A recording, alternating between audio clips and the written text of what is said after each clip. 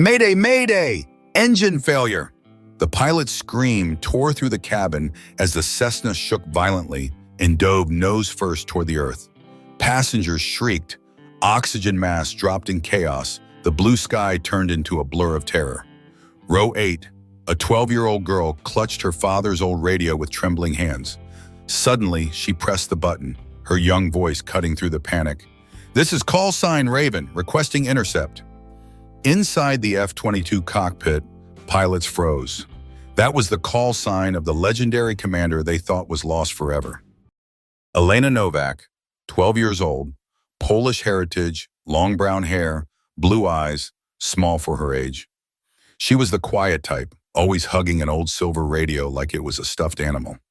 Her mother, Anna Novak, a teacher, was taking her daughter on a small Cessna from Croatia to Italy to start a new life. A fresh beginning, away from the whispers, away from the past. The plane was barely half full. A few businessmen, some tourists, a soldier on leave. Everyone kept glancing at Elena because of that radio she carried everywhere. One passenger whispered to another, her father was Raven, the NATO traitor, disappeared 10 years ago. Nobody talks about him anymore. A businessman scoffed loudly. That radio is just for pretend. Won't save anyone. Oh, Elena said nothing, didn't argue, just quietly folded a paper airplane and handed it to the crying boy in the seat ahead. The boy laughed and the tension eased, just a little. The flight attendant watched her carefully. There was something about the way the girl moved, disciplined, precise, like she'd been trained. Anna noticed the stares and pulled in Elena closer. "Don't listen to them, sweetheart." "I'm not, Mama," Elena whispered, but her fingers tightened around the radio. The metal was warm from her constant grip, worn smooth in places where her small hands always held it. The businessman leaned across the aisle. "What's with the radio, kid? Playing pilot?" Elena looked up at him with those clear blue eyes. "My papa gave it to me." "Well, your papa isn't here now, is he?" The man's voice had an edge to it. Anna stiffened. "That's enough. I'm just saying the kid should live in reality, not fantasy. That thing probably doesn't even work." Elena's jaw tightened, but she stayed quiet. She turned the radio over in her hands, reading the scratched letters on the back for the 1,000th time. "Raven never quits. Love, Papa." The soldier sitting 2 rows back had been watching the exchange. Something about the girl reminded him of someone. The way she held herself, the quiet dignity. He'd seen that before in combat, in people who had been through things civilians couldn't understand. "Leave her alone," the soldier called forward. "The kid's not bothering anyone." The businessman muttered something and turned away. Elena pulled out a small notebook, the pages filled with her father's handwriting. Morse code patterns, navigation symbols, radio frequencies. She'd memorized every page, even though she was only 2 when he disappeared. Her mother had tried to hide these things, tried to let Elena have a normal childhood. But the girl had found them in the attic 3 years ago and refused to let them go. "Mama," Elena had asked back then, "why do people say Papa was bad?" Anna's eyes had filled with tears. "Because they don't understand, baby. Sometimes good people get blamed for things they didn't do." "But Papa was a hero, right?" "Yes, sweetheart, he was." Now on this small plane, cutting through Croatian airspace, Elena traced the letters in her notebook. Her father's last message, the one nobody else had seen. "Raven lives on. Teach her to fly." She didn't fully understand what it meant. She was just a kid. But somehow, holding this radio, reading these notes, she felt close to the father she barely remembered. The flight attendant came by with drinks. "Juice, honey?" "Yes, please. Thank you." Elena's voice was soft but clear. "That's a beautiful radio," the attendant said kindly. "Vintage?" "It was my father's. He was a pilot." "Was?" "He's gone now." Elena said it matter-of-factly, the way children do when they've accepted something painful. "But he taught my mama things, and she taught me. Just in case." "Just in case of what?" Elena looked out the window at the clouds. "Just in case the sky needs me someday." The flight attendant smiled, thinking it was child's imagination. Sweet, innocent. She had no idea how prophetic those words would be. A passenger later recalled, while we were all mocking her, she wasn't responding, just quietly observing. And it was those eyes, those observant eyes, that later saved us all. The businessman took one last look at Elena, shook his head dismissively, and opened his laptop. The soldier kept watching. Something about this kid, he thought. Something special. The plane flew on, and Elena held her radio close, whispering words her mother had taught her. Raven never quits. Raven never quits. She had no idea that in less than an hour she'd have to prove it. The sky changed suddenly. What had been clear blue turned dark gray in minutes. Storm clouds rolling in like a wall. The pilot's voice came over the intercom. Casual, experienced. Folks, we've got some weather ahead. Nothing to worry about. Might get a little bumpy. Elena looked out the window. Something felt wrong. The clouds weren't moving naturally. And there was a smell, faint, like burning. She sniffed the air. The soldier 2 rows back did the same. Their eyes met. He smelled it too. Then, without warning, a deafening explosion from the left engine. Orange flames burst from the cowling, streaming back along the wing. The plane lurched violently to the left. Passengers screamed. Bags flew from overhead compartments. Mayday! Mayday! Engine failure! The pilot's voice, no longer calm, burst through the speakers. The Cessna shook like it was being torn apart. The captain was fighting the controls, but the plane kept diving, spinning slightly, losing altitude fast. Through the cockpit door, which had swung open from the impact, Elena could see the pilot slump forward. Blood on his forehead, he'd hit his head on the instrument panel. The co-pilot was alone now, hands white-knuckled on the yoke, panic in his eyes. We're going down! We're going down! Oxygen masks dropped with a hiss. People grabbed for them, crying, praying. A woman shrieked, "We're all going to die!" Children were screaming. The businessman who'd mocked Elena was frozen, mouth open, unable to move. Anna grabbed her daughter. "Elena, put your head down, brace position." But Elena was staring at the cockpit, at the unconscious pilot, at the co-pilot who was clearly overwhelmed, barely out of training. She clutched the radio to her chest. "Papa, what do I do? What do I do?" And suddenly she remembered. Late nights when she was small, her mother playing recordings of her father's voice, teaching her to recognize patterns, teaching her codes. If you're ever in the sky and something goes wrong, you call for help. You use the radio. You stay calm. Can you do that, little Raven? Her father's voice, from a decade ago, crystal clear in her memory. Elena's breathing slowed. Her hands stopped shaking. Something clicked inside her, like a switch being flipped. She unbuckled her seatbelt. "Elena, no!" Anna tried to grab her, but Elena was already moving. A man reached out to stop her. "Sit down, you're just a kid." Elena pushed past him with surprising strength. She ran down the tilting aisle, using the seats to steady herself as the plane continued its terrifying dive. The co-pilot was crying, pulling on the controls. "It's not working! Nothing's working!" Elena burst into the cockpit. "Sir, let me help." "Get out! Go back to your seat!" "I can use the radio. I know how." "You're a child. Get out!"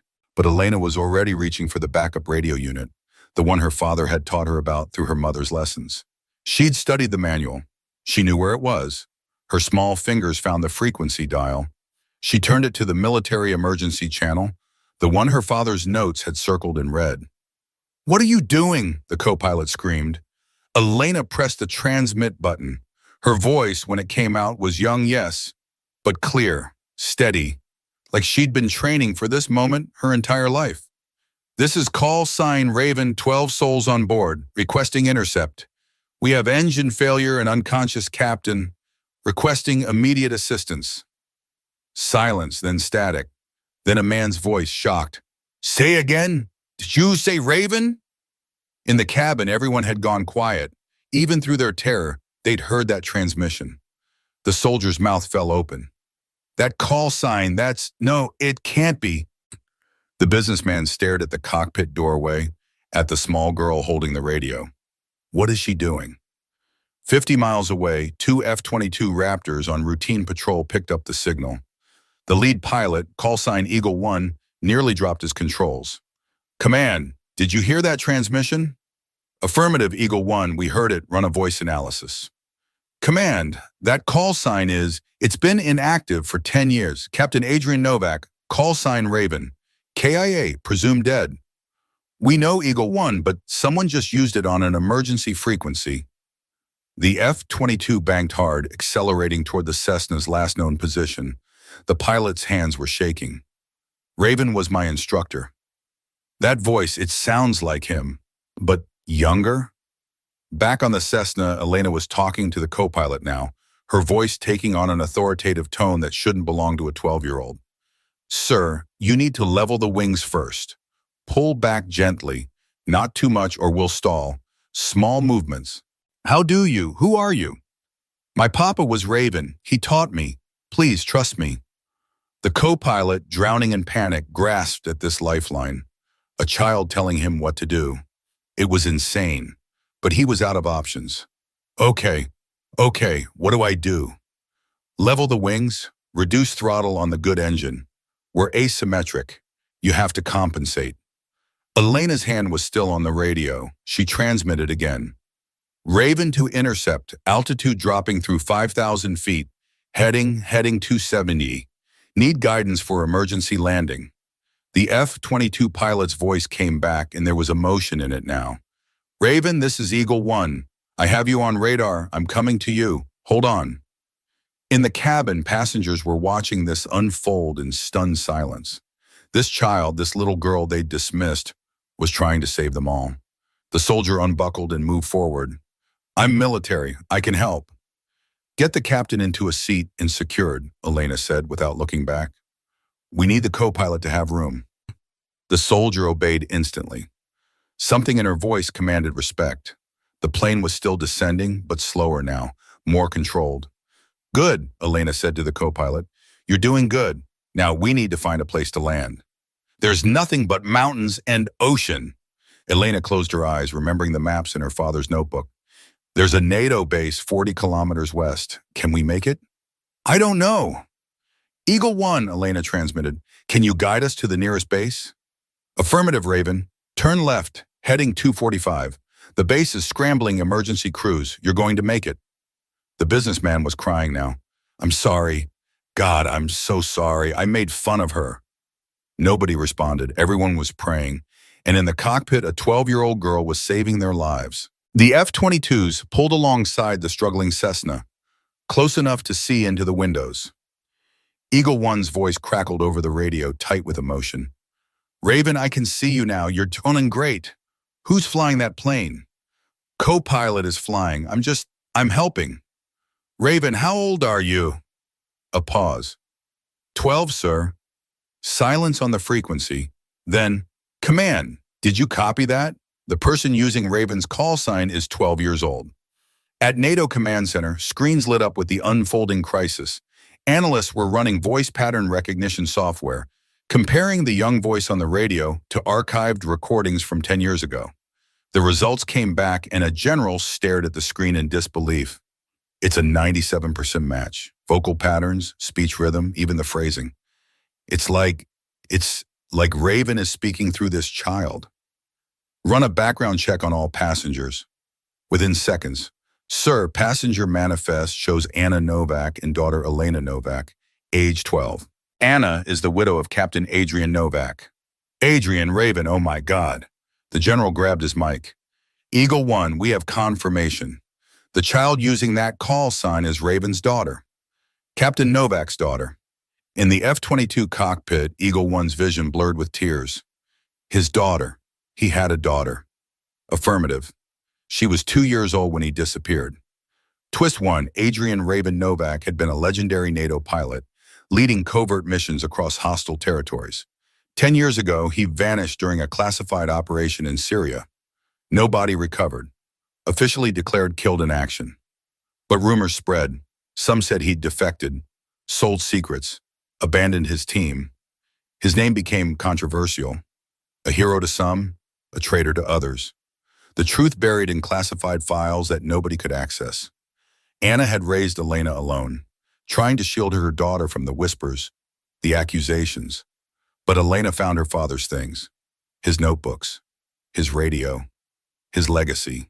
And she'd studied them like sacred texts, learning Morse code at age 9, navigation at 10, radio protocols at 11. Not because anyone told her to, because it made her feel close to the father she barely remembered. Now, in this moment of crisis, muscle memory and inherited instinct were taking over. Her father's training, passed down through notebooks, and her mother's reluctant lessons was keeping everyone alive. Twist 2. As Elena guided the co-pilot through emergency procedures, she transmitted a sequence of clicks on the radio. Not words. Pure Morse code. Dit-da-dit, dit-da-dit, dit-da. At NATO command, a radio operator's eyes went wide. Sir, she's transmitting Morse. It's Raven's personal code, the one he used to authenticate his identity. What's the message? It says, Raven lives on. That was the phrase, the exact phrase Adrian Novak had used in his last confirmed transmission before he disappeared. A phrase nobody outside of classified channels should know. The general's hands trembled. That code was never made public. The only way she could know it is if Adrian taught her or left instructions. This confirms it. Adrian Novak was not a traitor. He was trying to tell us something. Another analyst pulled up Adrian's classified file. Sir, look at this. There's a sealed section flagged for review only if his call sign was ever reactivated. It's been sealed for 10 years. Open it. Authorization code Alpha November 7. The file opened, and the truth spilled out. Adrian Novak hadn't defected. He'd uncovered a conspiracy within NATO itself. High-ranking officers selling intelligence. He was eliminated before he could expose them. But he'd left a dead man's switch. Instructions. Evidence. Hidden in his personal effects, meant for his daughter when she was old enough. Elena didn't know this, not yet. She was just trying to survive, using the tools her father had left her. But up in the F-22, Eagle One was reading the real-time file updates. Oh God, Raven was set up. He was murdered for trying to do the right thing. On the radio, Elena's voice. Eagle One, I need you to relay instructions. The co-pilot is panicking again. We're at 3,000 feet. I don't know what else to do. Eagle One blinked away tears. Raven, listen to me. You're doing everything right. Your father would be so proud. I'm going to guide you in. Every step, just like he would have done. You knew my papa? I did. He was the best pilot I ever met. And I can tell you're just like him. In the cabin, the businessman who'd mocked Elena was sobbing. That little girl, her father was Raven, the hero, and we called him a traitor. We called him a traitor. The soldier moved to the cockpit doorway. Elena, I served under your father. He saved my life once. Now let me help you save ours. Elena looked back at him, and for the first time, she looked like the scared child she was. I don't know if I can do this. Yes, you can. You're Raven's daughter. It's in your blood. Anna appeared behind him, tears streaming. Baby, I'm so sorry I tried to hide this from you. I was trying to protect you. I know, Mama, but Papa left me these things for a reason. Elena held up the radio. He knew someday I'd need them. The co-pilot looked at this little girl with new eyes. Tell me what to do, Aunt Raven. I'll follow your lead. Elena took a deep breath. She closed her eyes and heard her father's voice from memories she shouldn't even have. When you're scared, when everything's falling apart, you focus on one thing at a time. One instrument, one action, one breath. She opened her eyes. Okay, altitude 5,000. No, 2,000 feet now. Heading 270. Stabilize the pitch. Small inputs. We're going to make it to that base. The F-22s bracketed the Cessna, guiding it like parent birds shepherding a chick. You're 3 miles out, Eagle One reported. Runway in sight. You're lined up perfect. Co-pilot, reduce speed. Gear down. Flaps 20. The young co-pilot, no longer panicking, just focused, did exactly as Elena said. The ground rushed up. The NATO base appeared ahead. Emergency vehicles lined up along the runway. Foam sprayed on the tarmac. 500 feet, looking good, Raven. 200 feet. You're going to touch down in 3, 2, 1. The wheels hit hard. The plane bounced, settled, the brakes screamed, the remaining engine coughed and died. But they were down, on the ground, alive. The Cessna rolled to a stop, and for a moment nobody moved. Nobody breathed. Then the cabin erupted, not in cheers, in sobs. 12 people crying in relief, in shame, in gratitude. Elena set down the radio gently and collapsed into her mother's arms. Over the military frequency, Eagle One transmitted to command. Raven has landed safely. All souls aboard accounted for. Sir, I request permission to meet this young lady. She just did something I'm not sure any of us could have done. Permission granted, Eagle One, and start the process of clearing Adrian Novak's name. Today, his daughter proved what we should have known all along. Raven never quits. The Cessna's door opened, and emergency crews rushed in, expecting chaos, injuries, trauma. Instead, they found 12 passengers sitting in stunned silence, all staring at the small girl in row 8 who was clutching an old radio and her mother. The paramedics moved to help the unconscious captain, the shaken co-pilot, but their eyes kept drifting to Elena. Is that the one? A paramedic whispered. Is that the kid who landed the plane? She didn't land it. She guided them. A 12-year-old. When Elena stepped off the plane, she expected to be rushed away, forgotten in the confusion. Instead, the passengers formed a line, waiting. The businessman came first. He knelt down and his face was wrecked with shame and tears. I mocked you. I said cruel things about your father, and you saved my life anyway. His voice broke. How? How do I? Elena looked at him with those calm blue eyes. Because Papa taught me that being a hero isn't about being right or being recognized. It's about doing what's needed when nobody else can. The man nodded, unable to speak, and moved aside. One by one, each passenger came to her. Some apologized, some just touched her shoulder, unable to find words. The soldier saluted, crisp and formal, tears running down his face. Anna held her daughter close, protective, but also proud in a way that hurt. Because this moment meant her daughter would never be just a child again. The F-22s landed and Eagle One sprinted across the tarmac, still in his flight suit. He stopped in front of Elena and slowly, formally, came to attention. Elena Novak, he said, voice thick. Your father was my instructor 10 years ago. He taught me everything I know.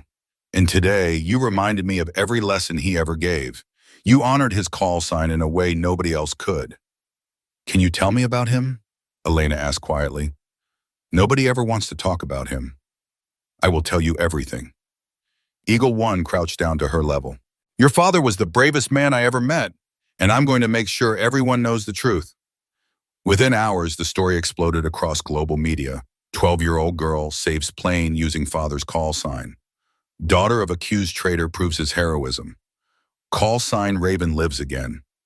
The passengers started posting their stories. The businessman wrote a public apology. I judged a child. I judged her father. I was wrong about everything. Today that child saved my life. I will never mock silence again. I will never assume I know someone's story. His post went viral. 80 million views in 24 hours. The soldier posted a photo of himself saluting young Elena. I served under Raven. Today I was saved by his daughter. The apple doesn't fall far. This family has now saved my life twice. NATO released a statement. After investigation prompted by today's events, we have determined that Captain Adrian Novak, call sign Raven, was not a traitor. He was a hero who uncovered corruption and paid the ultimate price. His name and honor are hereby fully restored. Elena's recording her young voice saying, "This is call sign Raven requesting intercept," became the most shared audio clip in aviation history. Flight schools around the world added her story to their curriculum. Courage isn't about age. It's about training, composure, and the will to act when others freeze. Children in classrooms learned her name. Air Force cadets studied her actions. The call sign Raven became legendary not once but twice.